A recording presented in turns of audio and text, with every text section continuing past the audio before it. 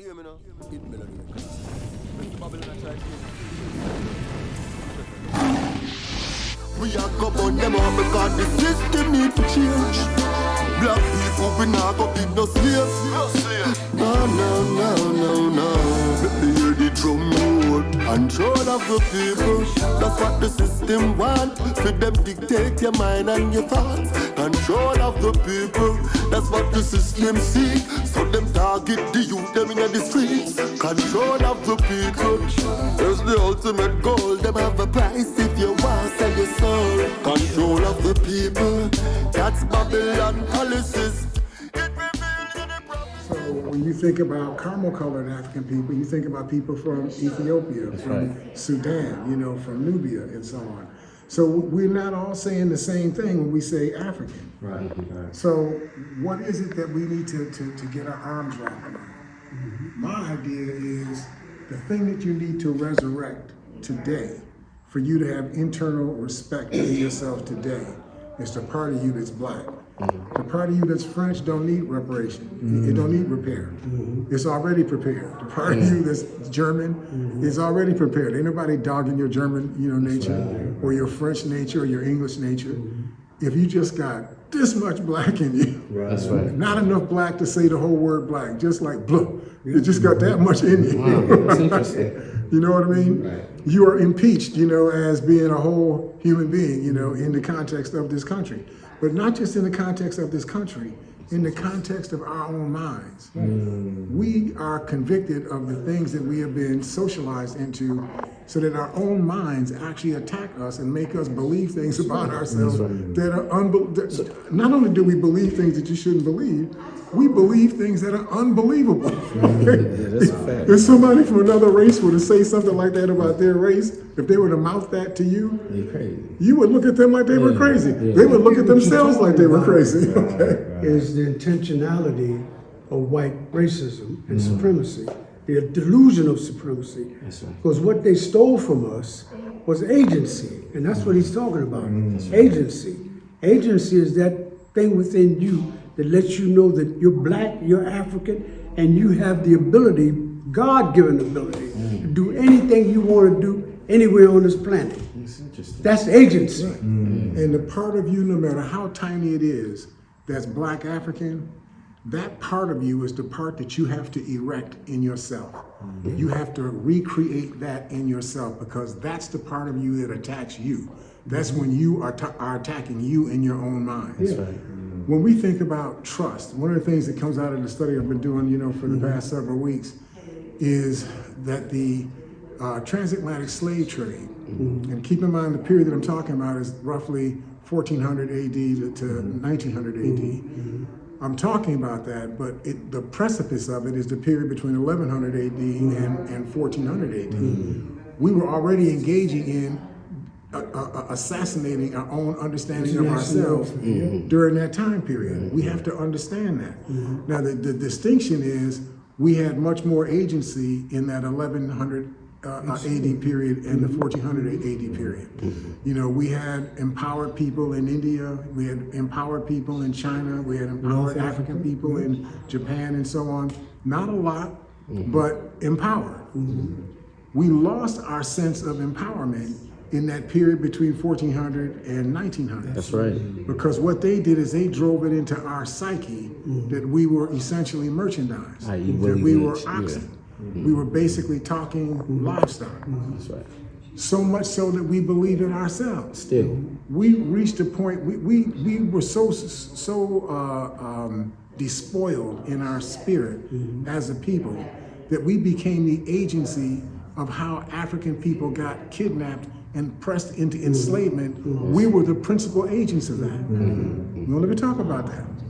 Now, I'm not saying there's nobody, I'm not trying to blame it like a fault kind of thing. That's right. No. This is a sociological reality that occurred because of what happened. When people that are stronger than you, have better guns than you, people that are predatory, that have a worldview where it's okay for you to take a human being and turn that human being into a cow or into a sheep. That's where it starts at. Right there.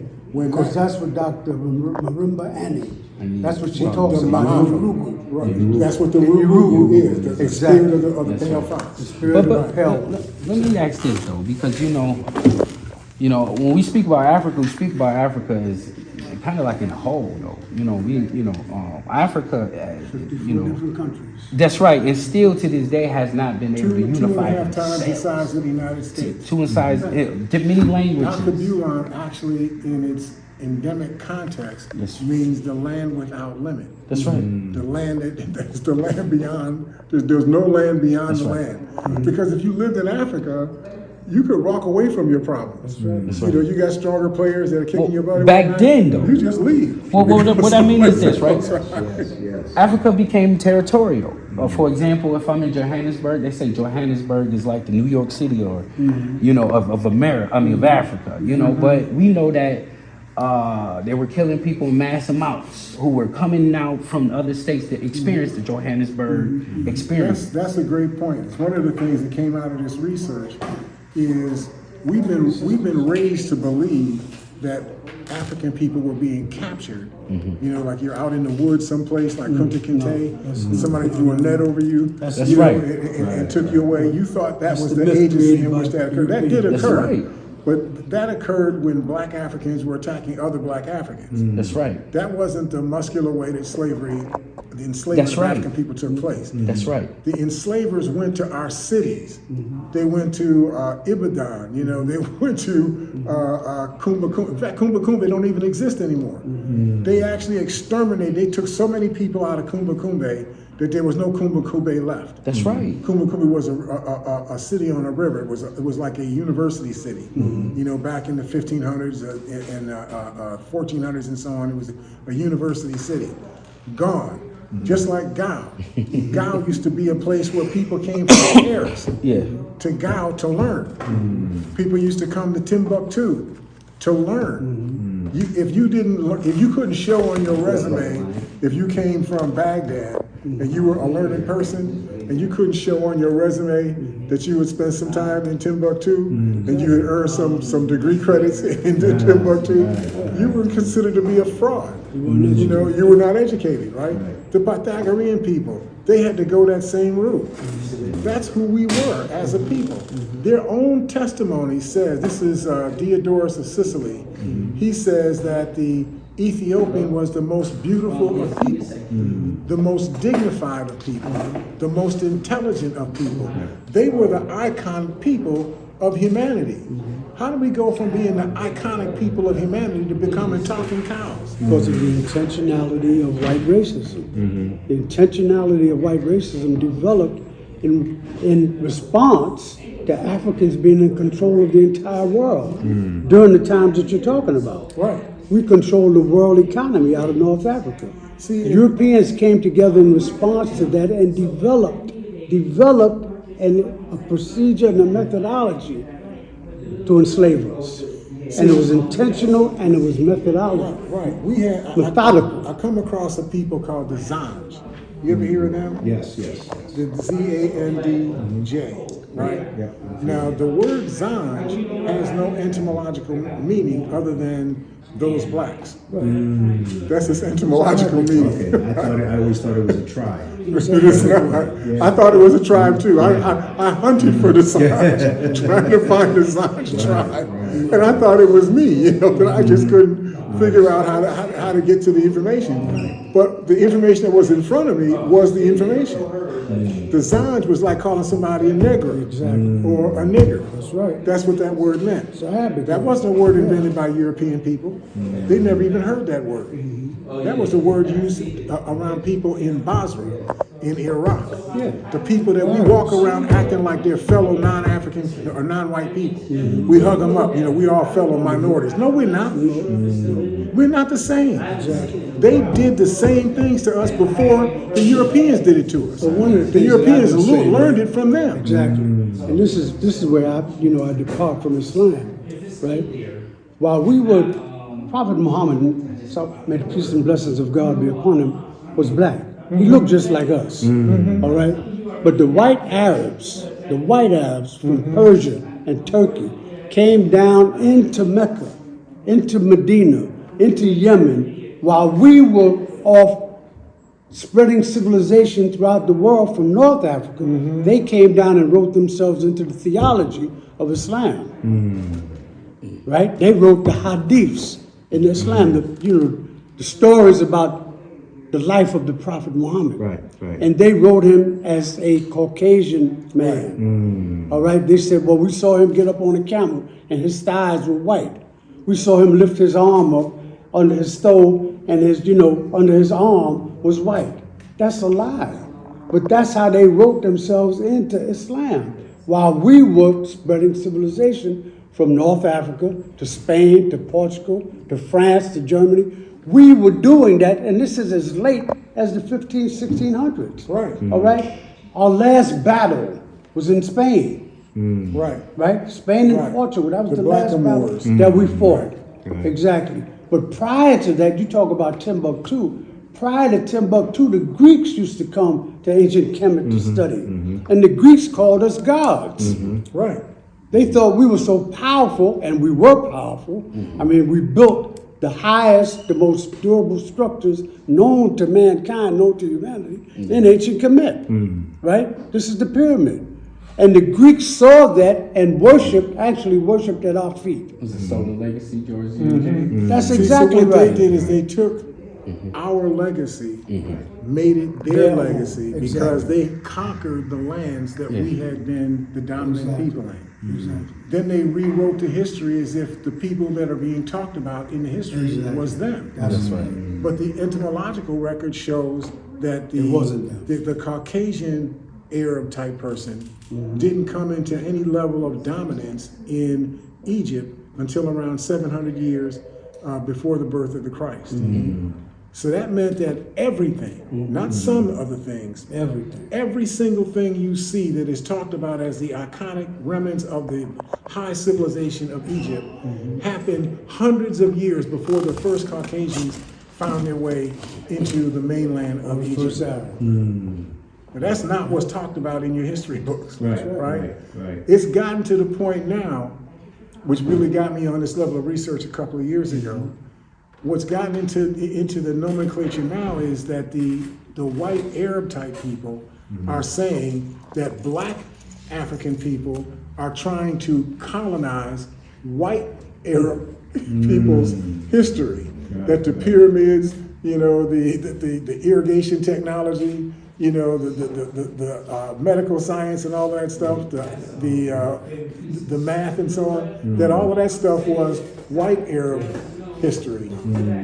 Even though that stuff was 2,500 years before the birth of the Christ, they say that's all white history and so on. Here's another fact. This is really, it's interesting. I was in Cairo, right, and I went to a bookshop that was there, and I asked, "Do you have anything on ancient Kemet?" The guy actually got annoyed with me, and he says, "No, we don't even talk about that part of history."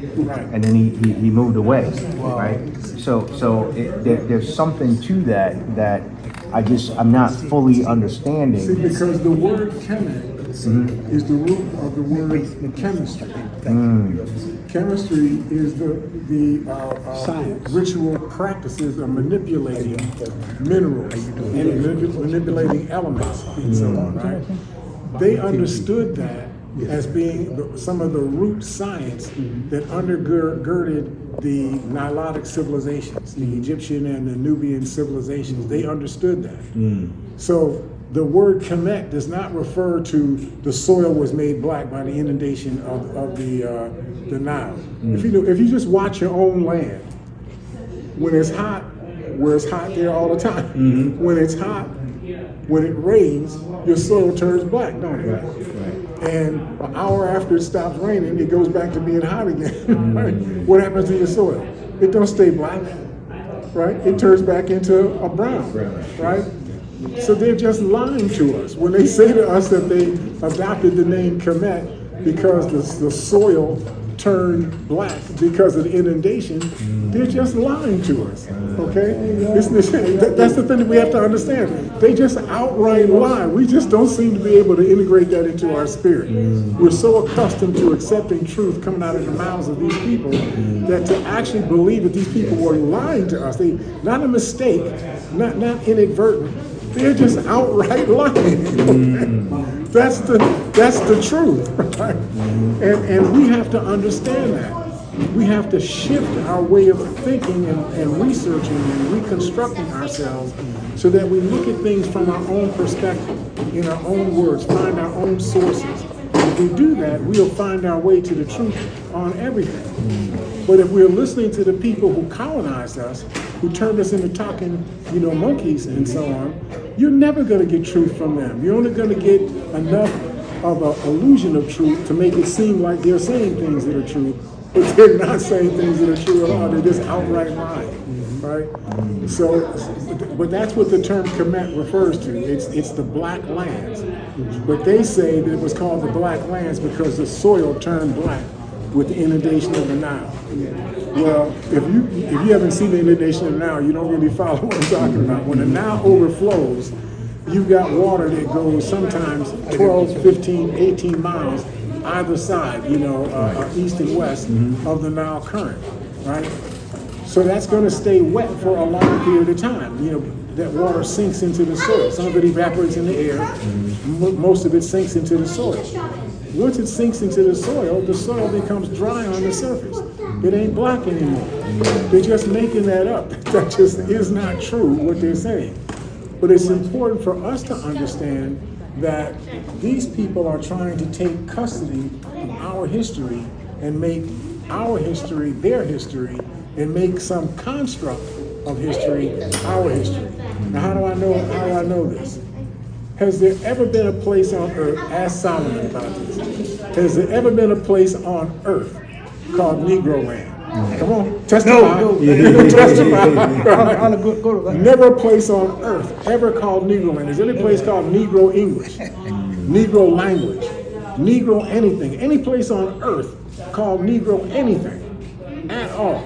Any etymology, any source, anybody that's in America who could say, "Oh, I come from Negro Land." Not a single place on earth has that designation. Where does it come from?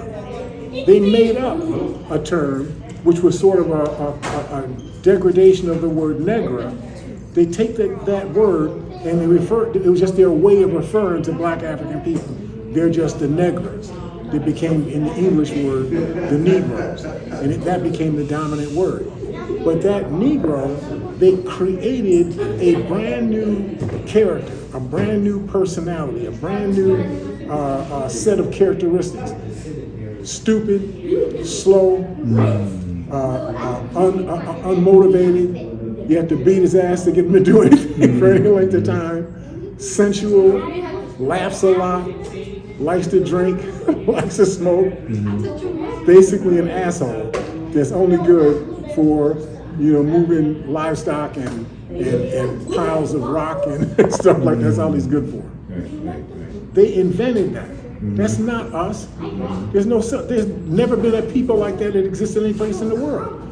But they invented that and taught that to us. And if you didn't obey and become that, they would kill you. They told the boy in Roots, what they tell him? Give me the foot. You want to be Toby? Give me your foot. Because he wanted to keep his name Kunta Kinte. They wanted to make his name Toby. They said, you want to be Kunta Kinte? Give me that foot. They cut his foot off. That's the kind of people that they were. They boiled African people in great big vats that are like 8-foot high vats. They put sticks and whatnot, around them, set them on fire, put an African person in the water, and made the other enslaved African people watch as they boiled that nigga. That's how they play. So I'm not saying that to be spending my time getting mad at people. I don't have time to be mad at people. I don't have time to waste my time venting on doing something I'm not going to act on. I got to spend my time doing things I'm going to actually act on. I can act on relearning who I am. I can act on reorganizing us as we operate as a community of people, that we start to use our collective strengths and our collective talents to benefit each other. Some things I can't do anything about. We have a lot of criminality that's been socialized into us, a lot of insanity that's been socialized into us. I can't stop you from being a crook. You just want to be a crook, go on over there and be a crook. I'm gonna find the people that don't want to be crooks, and I want to work with them. Teach them how to sew, teach them how to manufacture, teach them how to count, teach them how to write, teach them how to create, and organize ways that they can take advantage of those talents and those skills and begin to develop economies for ourselves. When slavery so-called fell in 1865, African people left, about 40% of African people left the plantations in the South. They went to places like Greenwood, Enid, Oklahoma, Ada, places like that, and every place they went, they did the exact same thing the people in Tulsa, Oklahoma did. They organized around themselves, they built each other's houses, they sewed each other's bridal gowns, they planted each other's crops and so on. They used themselves to be the resources that they need to be able to invest in themselves, and they built an economy for themselves. All across the South, Africans did that. But over time, whites began to attack the Africans that were doing that, and they made it expensive for you to be able to do for yourself. You know, and what I mean by expensive is, maybe you didn't come home today. Maybe your house got burned down. Maybe your store got burned down, that sort of stuff. That socialized us into being afraid of becoming our own agents. So we became employees of other people rather than employing ourselves. Well, time has gone by, 100 years have gone by since then, or whatever it is. Whatever 1865 is, 150 years, whatever has gone by since then. We've got to now take advantage of the moment and do for ourselves what we had done for ourselves in the past. We have the ability to do it. People that couldn't read, write, or count, hadn't seen a book since they were born. They were opening up, flower shops. They were opening up garages. They were opening up, places that sold fertilizer. They were planting each other's crops. We had the ability. If people that had no academic skills whatsoever were able to do this, of course we should be able to do it, right? So we just have to believe in ourselves again. It really comes down to that. We got to do the work to help us to believe in ourselves. I think that's what you were talking about half an hour ago. Yeah, so much so. But I just think that the idea of all of us getting on one board, again, like we speak in the general sense. I'm familiar with tribalism. And in Africa there were many tribes who spoke different languages, and I think that our approach in this American fight is to have everybody, like what Martin Luther King said, on board with this freedom, this idea of freedom. Let's just take like the Nation of Islam, who they just took certain people, and build a nation, that ultimately protect these people within the confines of being in this circle, and many other people we can say, Dr. York, they've all approached tribalism as a way of us being free. We create a set of rules for ourselves, and we have followers, you know what I'm saying, who will follow these. I think that idea have been abandoned, and I think every time we get out, we approach, we just watch Kia boys just driving the car crazy. They gone. You know what I mean? It's over. You know what I'm saying? Them ain't the ones that you want. You know what I'm saying? But I know enough to know that if we really want to invest, there's babies that's being born right now that's just looking for opportunity for us to put money into them for the next 20 years. If we can raise them to be the doctors, if we can raise them to be the cops, and we eliminated some of this problem. One of the things that I'm learning from the education side, Sam Radford will talk to you a little bit about this, but if he gets over here. One of the things that we're learning is that if you have not developed a certain pattern of orderly thought in the head of a child, by the time that child is 4 or 5 years old, you're never going to get it done. That's going to be a wild scene. Yes, sir. A shotgun kind of years of right. Because you got to keep in mind that your mind is trapped by what your mind previously has learned. Yes, sir.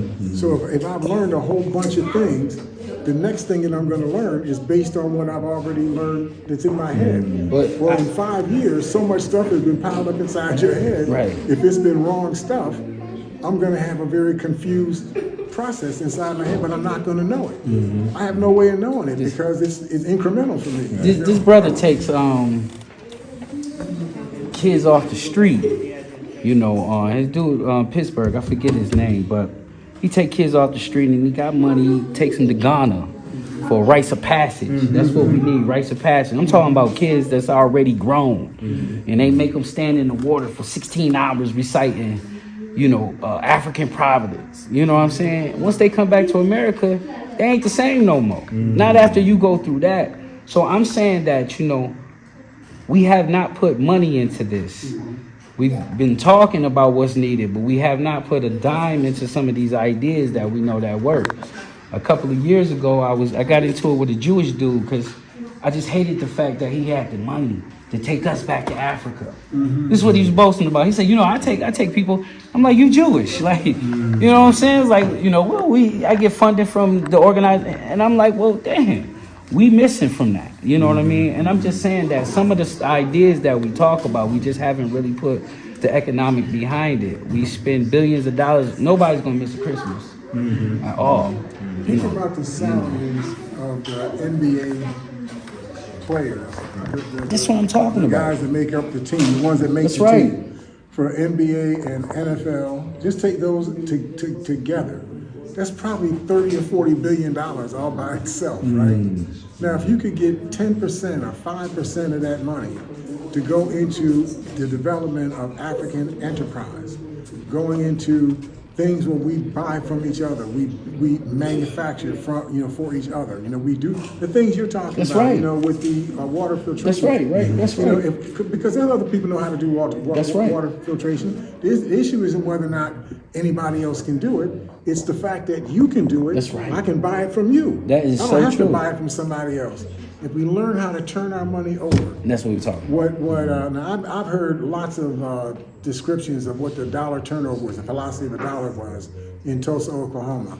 I had first heard it was somewhere like 30, 35 times that the dollar turned over. But the last estimate that I got from another set of researchers who claim they're more current is that it was 19 times that a dollar turned over.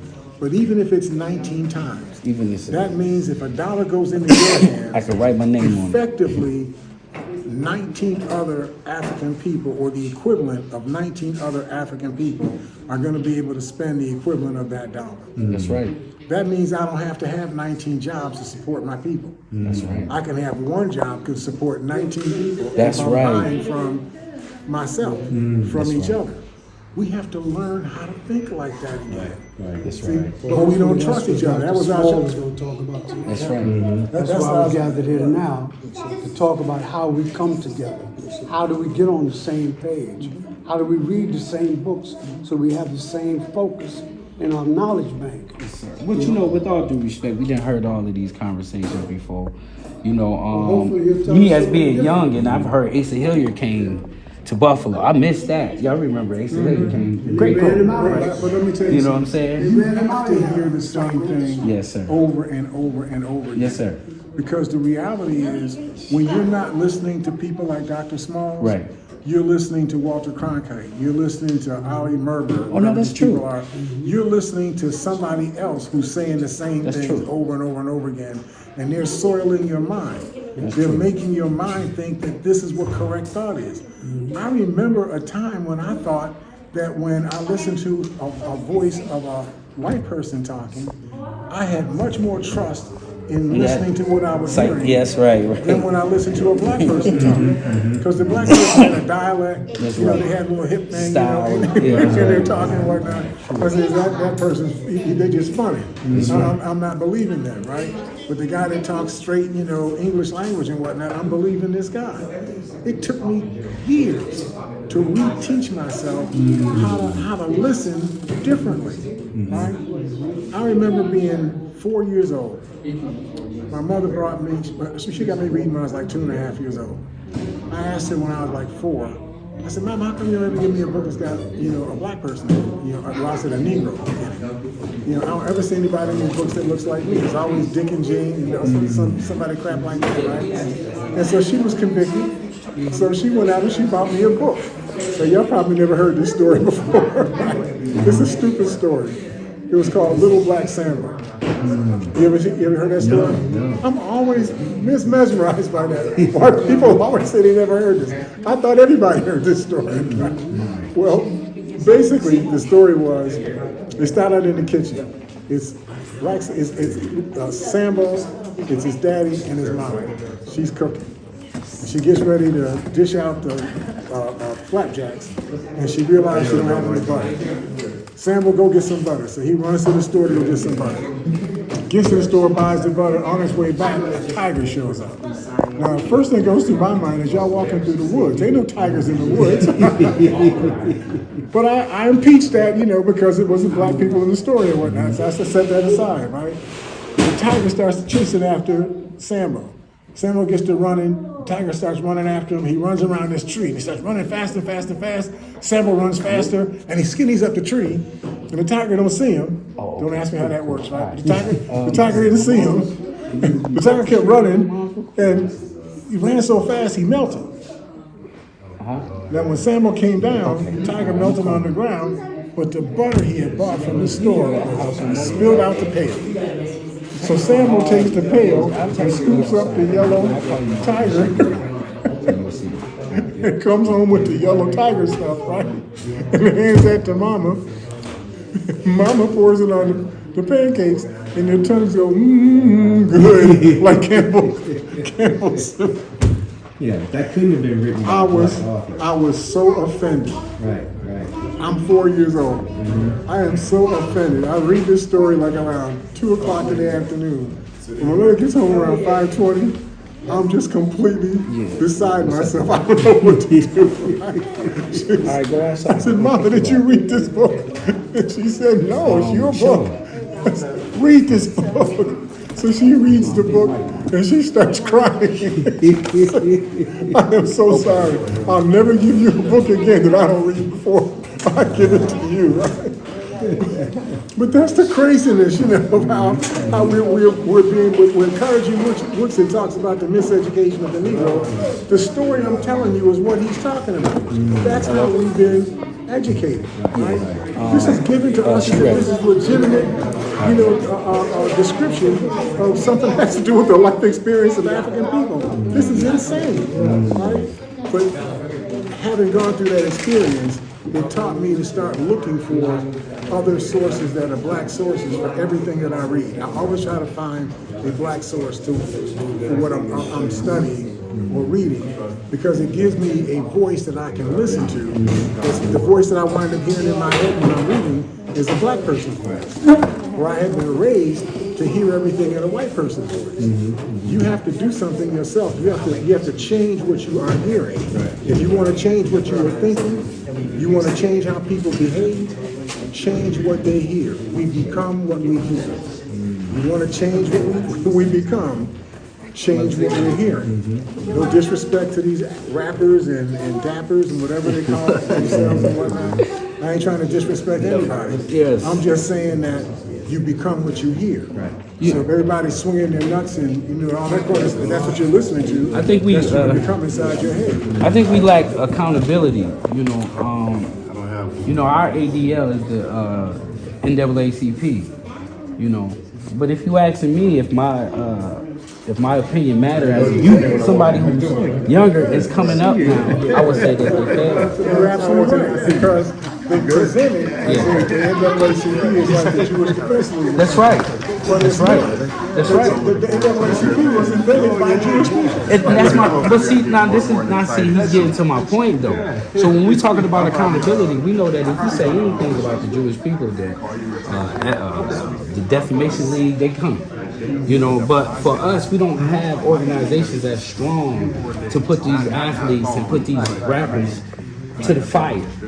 So what we'll do is, we'll praise Barack Obama for having a job, but really never demand anything. So what I'm saying is, like, my problem is right now is not the collegiate institution, but those guys on the street who's curious about what you're saying, but don't have the foundation. The ones who, might talk to me about African past with crack in their pockets.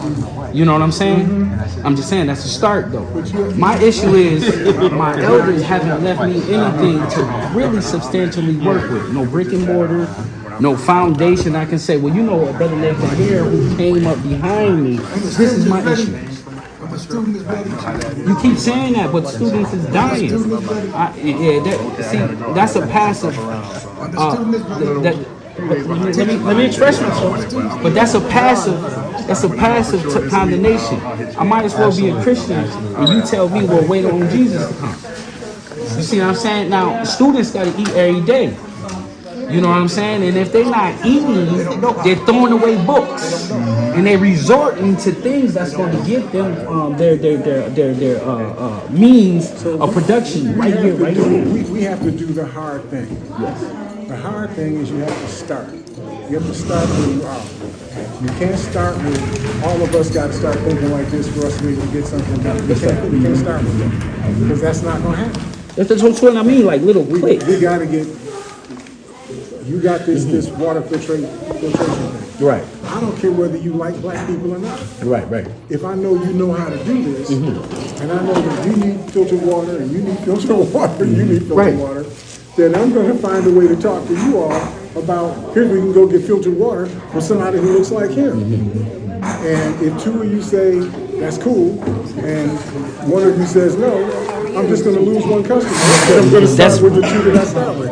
And just, you just have to have discipline that you deliver that filter to him when you say you're going to deliver it to him. Right. And it filters the water the way you say and it does what it exactly it says. That's right. That's what's got to happen. Because once you have reliability with him, you're going to be willing to come back to him to do that again. Yes. Then you'll come back to him to do this. That's right. And you'll say, well, it's called reputation. You were Bob Head and you getting that filtered water.